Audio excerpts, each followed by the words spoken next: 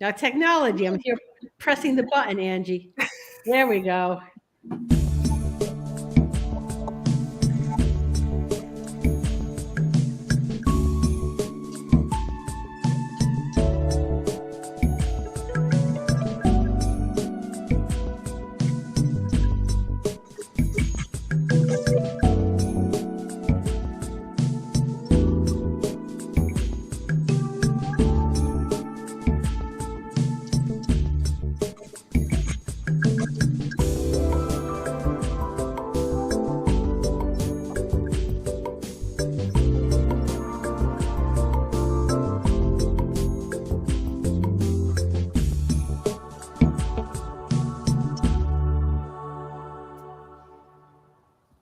Okay, there we go. So, usually we don't have a topic necessarily until a good, I don't know, 10 minutes beforehand. But so what we're going to talk about today is coming back from the trade shows. Okay. So there are a lot of people who view a trade show as a vacation. They're going having a vacation. And you know what? It isn't any different than a vacation in the sense that you need sometimes you need a vacation from your vacation. Mm-hmm. Okay. So kind of what happens is that you literally have so much fun. Okay. You can't get back into work mode because there's not an on off switch. All right. When I would go on vacation, I would I would actually sometimes work on the airport or on the plane because I wasn't at my vacation yet. Okay. And I stopped doing that because um, it took me time to come down from working.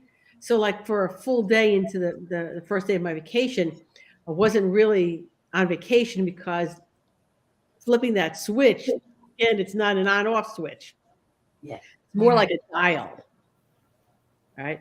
So I stopped doing it. And when I was as an attendee, right, or when I wasn't doing a ridiculous amount of trade shows, I would take 2 days off before, 2 days off afterwards, because I have gone to trade shows, come home to get into my van the next day to go back to work. Okay. And that's insane. There's no on off switch. All right. Look at it like it's a dial. So you have to kind of like either crank it up or crank it down. I stopped doing that. Right. Except went to Groom Expo. No, I'm sorry. No, so many of them. Roomed. Okay. Came home, did my laundry, looked at all the stuff I didn't get done. Here's Pooh Bear. Hold on. Here's Pooh. Okay. Still not letting me out of his sight. All right. Basically did laundry, repacked my suitcase, tried to get some stuff done to head out to another trade show and then to come home. And I just sat here today. And yes, I got things done, but I was like, I could have used like a caffeine IV drip. Okay. So, someone likes the beginning of our shows. That's by the way. So, yeah, I make a new one for every month. oh, and Tommy's apologizing. We had fun, Tommy. That was all that matters. Yeah. Okay. And Maria's working, so she's listening while she works. Right. So, I guess the point that I'm trying to make is that you can't it's not that you can't. You absolutely can. I've done it. All right. And in fact, I believe Denise here is. Yeah, I completely forgot to take off time after intergroom, so I get in at 10:30 at night, and then I go back to work the next morning at 7:00 in the morning. So I just forgot to take off. That was my bad. See, I'm so much the other side of that spectrum because I'm doing 9 9 trade shows this year. 9. So That's more than me, by the way, just so that you know. I don't think I've actually counted how many I'm doing. I should Yeah. count those. I haven't counted them. So I'm teaching at 9 different trade shows this year. And I took off from Wednesday to Wednesday for all 9 of them. So I have 9 weeks basically of working vacation. And I think the wrong word to use there is working vacation, because it's not a vacation. They're it's not. really not. It's not, but I'm not in the salon. So 9 weeks of Not- work. I mean, even with attending trade shows, like if you're doing them and taking advantage of every day and almost all day and really like full-fledged in there, it is exhausting. Like middle of beginning of Sunday, middle of Sunday, it's crazy. You're just drained. Your brain hurts. Well, I try to hit as many classes when I'm not teaching as I possibly can. So I sign up for, because like with Intergroom, New England, my staff's going too. Yeah. So I want to be able to engage with them later about, what did you get from that? What did you, that kind of thing. All right, and I'm going to tell people, bring a notebook and a pen to your class. Yeah, we're remarkable. Or my remarkable. Sorry, I do. But take something that you're right, because you think you're going to remember what you learned in class. And I'm going to tell you, you're not. Okay? You're simply not. The energy level is like up here. There's so much going on. Your brain is just spinning like one of those little toy tops. You're not going to remember. Take notes. What I do is I take notes. I have a notebook, and it's the same notebook. But what I do when I get home is I take those notes and then I transcribe them into Microsoft Word. And I do that to recirculate the information, if you will. And Mary is a pet tech CPR, a pet first aid and CPR instructor, a master. I am just an instructor. And you are 500 times more likely to remember that information after the class if you go back and review it in that week following. Yeah. So I tell all of my students that when I give a CPR class, take your book home, put it in the bathroom. Don't take your phone. Read the book the next week, and you will retain the information. What we had to do before we had cell phones. Right. Yes. And you'll retain it better. So I do the same thing with the material, is I recirculate it by typing it up. And I have it, and I always have it in that notebook. I've had that notebook for years. Nice big fat one. And so it's all in one place, but it's also online. So I can, if I'm somewhere else, and I can just go back and go, what was that again? Right. He said that. It's the reason why I provide workbooks for the educational summits for positive ed. All right. And they're just for note taking. And it's just simply meant to keep your notes in one place. All right. All the workshops that I do, what's really good about Barkley shows is Barkley will actually print out my workbooks for the class. WPA will make them available as a download.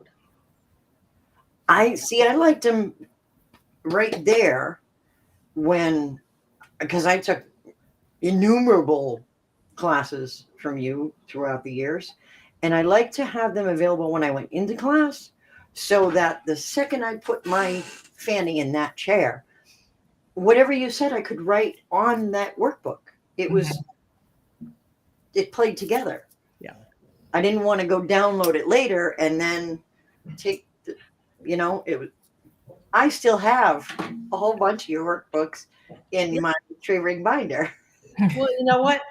For me, is how I learn best is if I take notes and I have them in one place so I know where they're at. Mhm. And so, and Stephanie brings up that she likes the recorded workshops. Now, a lot of what I teach, somewhere I have a recording of it. Not always, but sometimes I do. All right. And if I have a recording, anybody who takes the class can have access to that recording because I know just how overwhelming these trade shows are. And it's just telling me Facebook users, so I don't know who. But she says in her training and trade show That's Tommy.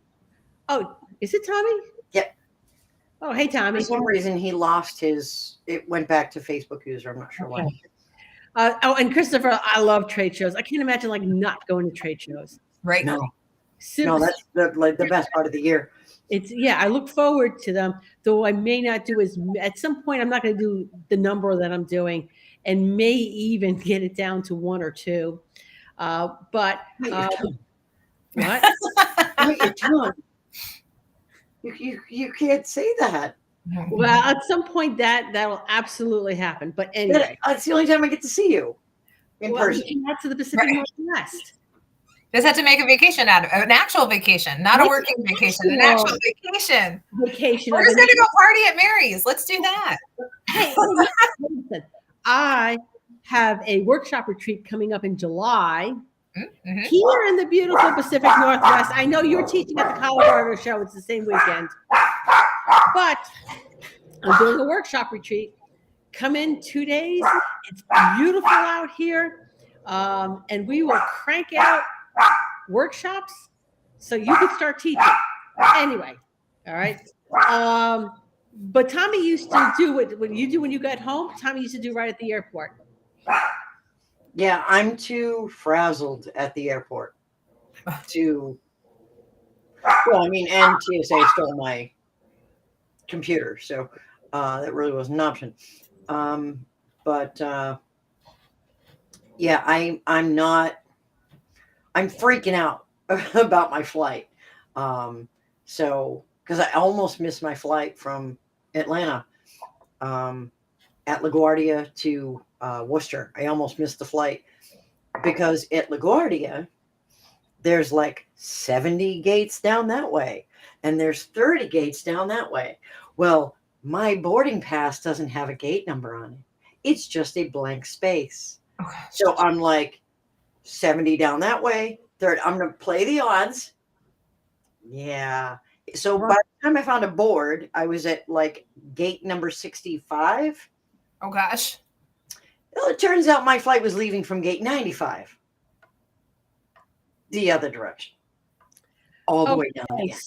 So do you have what airlines were you flying? Delta. Did you have the Delta app downloaded on your phone? I did. It didn't have the gate number on the app either. That was the first thing I did was so I played the odds and I came up badly. So I ran for it and thank God they had to do maintenance on the plane or I would have missed my flight back. Okay. So the most exhausting I've ever been at an airport. Okay. So this is back when I had my first van. And so we drove the van down to South Carolina because I was doing an overhaul on the van. So this is about van is, I don't know, 5, 6, 7, whatever years old. All right. So we drive down, we drop off the van, and from there, from South Carolina, we fly out to Arizona because we're going on vacation. It's a week in Sedona. And we figure, you know what? By the time we get back, the van's gonna be ready, and then we could just drive it home, right? Sounds like a really good plan, right? It sounds like a solid plan. Right. Sounds like a solid plan. Okay. So this is the way it was going to work. Okay. How did that happen? Okay. So we flew out. The way it was going home, and Nesta was actually going to fly out to South Carolina, pick up the van, drive home because I needed to fly home, get ready, get the dogs from being boarded because I was driving out to Chicago for the H.H. Backer show. Okay. So we're sitting at the airport, at the Phoenix airport, and our flight is delayed, and our flight is delayed, and flight is delayed. We all have connecting flights. Flight is delayed. We were both going to fly out to Washington, D.C., and then separate there. Okay. And so then they decided the plane is too broke to fix, and they're going to reroute us. And I don't have a problem with that. I don't. If the plane is broken, We'll be honest. By all means. I'm okay with that. Okay. I'm okay with that. So instead, the way it was going to work is that I was flying out to Philadelphia and then out to New York, where my daughter was going to pick me up and drive me home. And then my husband was going to fly into North Carolina and get a connection to South Carolina. Okay. So he gets on, he's got no hitch. He gets to his destination with no problems, except his luggage is not there. In fact, what's there is my luggage. Okay. Great googly moogly.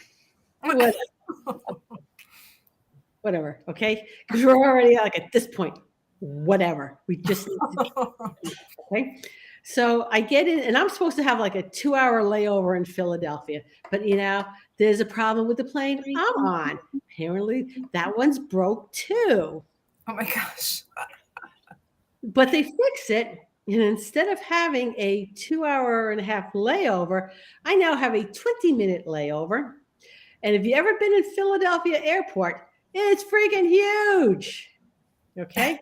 So with the 20-minute layover, okay, I land in like on A gate, and I have to get to E gate. Oh gosh. Dude. Let me tell you. Knees to chest, man. All right. You remember the OJ commercials where he's like jumping over luggage? Yeah, that was me. Yeah. I'm like shoving kids out of the way. I'm shoving old people out of the way. It's like, I got to get to the gate. And I get there, and I get to and I'm just sitting there, and I'm like, oh, thank God I'm here. And I swear to God to you, the second I sat down, it changed, flight delayed. I was looking for the little machine to like start my heart again. So maybe I should just find where it is, because I'm probably going to need it like real soon. Oh my God. So finally land, and I give kudos to my daughter because she lived in New Hampshire, and basically my flight was supposed to come in like at 2:00 in the afternoon, and then she was going to drive me home and then drive home. I didn't get in to almost 10:00 at night. And this is how good a kid I have. She waited for me. And That's then love, man. Yeah. Right. That's love. And Ernesto's luggage was not there.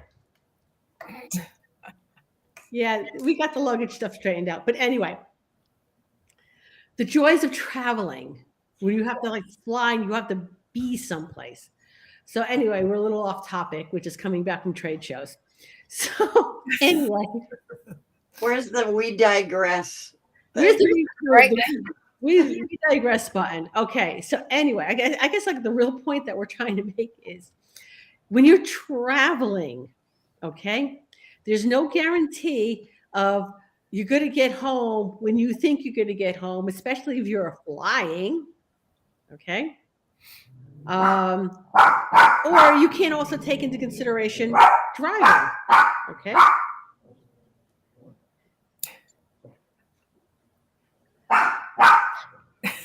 Don't ask me. Someone is daring to walk their kid in a baby stroller in front of our house. Oh. Oh, God. How rude. Seriously. Yeah, so like you have to plan decompression time. Mhm. Because if you go back to work and you're not if you're not like rested, first of all, that vacation you just literally nullified it, because you're not going back to work fresh. You're going back to work exhausted. Yes. Right. And working exhausted is not optimal. Okay. Your brain cells aren't, you're going to make poor decisions. I sat here today. Okay. I sat here today looking at the things on my to-do list, and I chose the things that didn't require me to think about what it is I was doing. Okay. So, not necessarily brainless, but things that are just either so well ingrained or very easy or very quick. I still got things done, but there wasn't anything that required like creativity or thought processes or anything like that. Or nothing that you'd have to build on. Like Nothing I always do that, nothing that I have to build on. It's always whatever is the easiest, like you said, check it off, but it doesn't roll into something else. It's nothing Exactly. bigger. Yeah, exactly. Stephanie took 4 days off to decompress after Tacoma, and Tacoma is not a huge show, but if you think about it, okay, it's also not spread out. So it's honestly it's the same square footage per person. I think might be the best way to do it. All right. So the bigger shows have more people and more vendors, but they're spread out. And the smaller shows have less people and less vendors, but they're more contained. I think if you did like a square foot per person, I think it works out exactly the same. How big is Intergroom? Because I've never been to Intergroom. Yeah. It's bigger than New England, Okay. but smaller than Hershey. What about Chicago? Like Chicago size? Have you been to I've never Chicago? been to Chicago. Never I been there. haven't been to Intergroom in a couple of years. I'm not a good comparison. To Groomed this year, how big is Intergroom compared to Groomed? Oh, there you go. Okay, so classrooms, same. Vendor size, half, Which is half? like half as many. Okay, which one has half as many? Oh, I'm sorry, Intergroom. Okay. So it's smaller Intergroom than half. Intergroom. Staging area, half. No, 3/4. As Okay. roomed. Not as much seating. Less.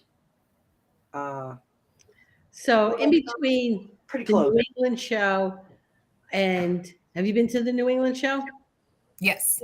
Okay, so in between the New England show and Groom, somewhere in the middle there. Okay. And it's a good point. It doesn't matter. It's the energy we use to travel and engage with people.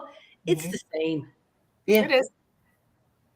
I'll tell you what, at Groomed, my room was silent. There was no TV on. There was no radio on. I got back to my room and I read or journaled. That was it. Like nothing. And just to think that it's not just the airlines. Erin, who came up to Tacoma, drove from California with somebody because they were competing and they had dogs. Mhm. Okay, the vehicle broke down on the side of the road. Okay, and not from like lack of maintenance. It was a maintained vehicle. Vehicle just broke down. It's a 20-year-old vehicle. Whatever. The nightmare that they had now to get up here. Fortunately, neither one of them missed the classes they were scheduled to teach or the contest they were supposed to be in, but literally it was by the skin of their teeth. Mhm. All right. That's very stressful. Yeah. That's very stressful too. So it isn't just like airline traveling, getting into the car and going somewhere. Okay. I can remember Helen, it was a New England show, but I think it was when it was still held in Rhode Island. Okay. She was heading out for classes and to compete, and her car broke down on the way out to the show. So, I mean, and again, that adds a whole level of stress that is the same as being stuck in an airport and they're rescheduling. Okay. Global Pet Expo was like 8 Yes. football fields. That was huge. Yeah. I mean, have you been to both Global and Super Zoo? Are they about the same size? I'm not real. It's been a long time since I went to Global, so I don't remember. And Amy, when you talked Amy into going to Intergroom. I didn't so much talk her into it. I just kind of said, "Oh, well, good, because you're gonna go to Intergroom, and I'll see you there." And she's like, "Wait, what?" Amy, I'm so sorry. She has taken a page out of my book. Yeah, I totally have. I totally like ripped that off. And she was like, "Wait, what?" And I was like, "Yeah, so you're just gonna come to Intergroom and we'll do that there. And she was like, I wasn't, and I was like, works, doesn't it? It works really well, doesn't it? it does, because she's in a room, and she's like, I wasn't, and I was like, but you are now, so yeah. So now you're going, and then I'll see you there. Yeah.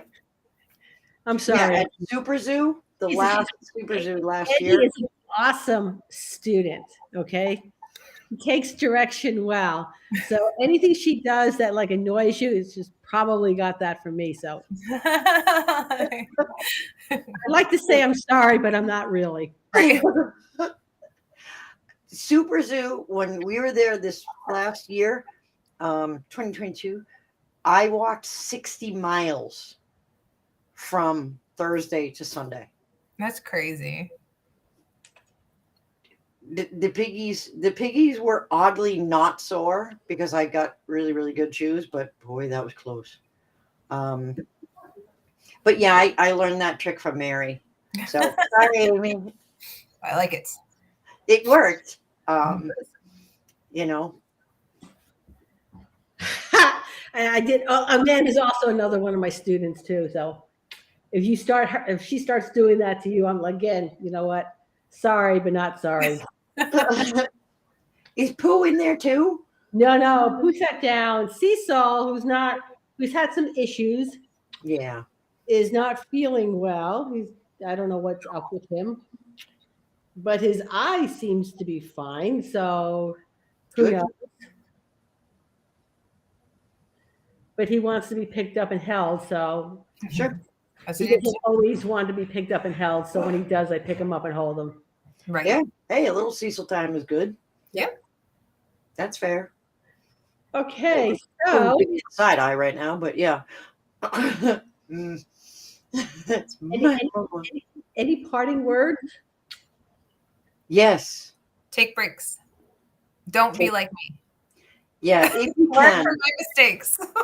What I do is in November of the year before, I will look. Most of the sites have the dates well in advance. Like they already have the dates for groomed for next year.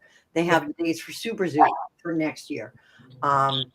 And before you leave a trade show, you can ask them, can I please have a date for next year's show? Because I need to plan ahead. So if you don't plan that week, perhaps, because like Intergroom, I couldn't get the date for it. So in November. And my people plan for the year, so they will book out the entire year. Well, I couldn't find the dates for Intergroom, and I couldn't get them from anyone. So what I did was I booked based upon the year before and said, all right, it should be around here. But even if you're wrong and you booked the wrong week, so then later you could just move all the appointments into that week from where you need to move them. It's not that big a deal. So that's what I have done for all of the shows. And like I said, that's 9 weeks of shows because there's 9 different trade shows that I'm teaching at. Plus, I'm flying to Washington in April. So, yeah. Yeah, so Anita books a year as well. So plan it out a year in advance. Make note of, okay, these are the shows I want to do. I want to do Hershey. I want to do New England. I want to do Super Zoo. And even if you don't book a whole year out, at least just close out your schedule so you're not booking on there or you're not apt to book. Because I know we're groomers, right? We're like, oh, who cares? We'll like set it to the side, or if you get a whole bunch of people wanting to get in, if you already have it blocked on your schedule, you just don't book anything. So, I just make sure it's just blocked out. Also, what you can do too, because I don't tell people when going on vacation, because then they get grouchy. I'm not available that week. Yep. That's all you need to know. I am not available that week. Yeah, when I got my very, very first schedule book, The first thing I did before I booked any single appointment is I X'd out my vacation time. Yep. My husband got 5 weeks of vacation. He broke up 1 week, all right? And the other 4 weeks, I just put big old X's in the books, all right? And yeah, it was easy to move that, but because the week is already off. So I know in whatever month it is, I'm not booking the full month. I'm only booking so many days. Right. Yep. Okay. That's a good lesson to learn, Anita. She's been doing that for like the last. She learned that 7 years ago. So, and the sooner you learn that, just to put those X's into your planner, the happier you'll be. Right. Yep. Yeah. Okay, so let's talk real quick, seeing if we're going to be here next week or not. Let me just double check. I'll be coming home on Monday. All right. Yeah. So we will have a live stream next week. Okay. So Tuesday, next couple of weeks, we should have live. Okay. But we will be here next week. And again, we are always interested in for topics. However, don't tell us topics like right now because we're going to forget them. Yeah. Yes. Facts. So wherever I'm posting that, you know what, we have a live stream. What do you want to listen to? Yeah. What do you want to talk about? Hopefully we'll stick to topic. Right. All right. So we'll see everybody next week. Yeah, not guaranteed. No.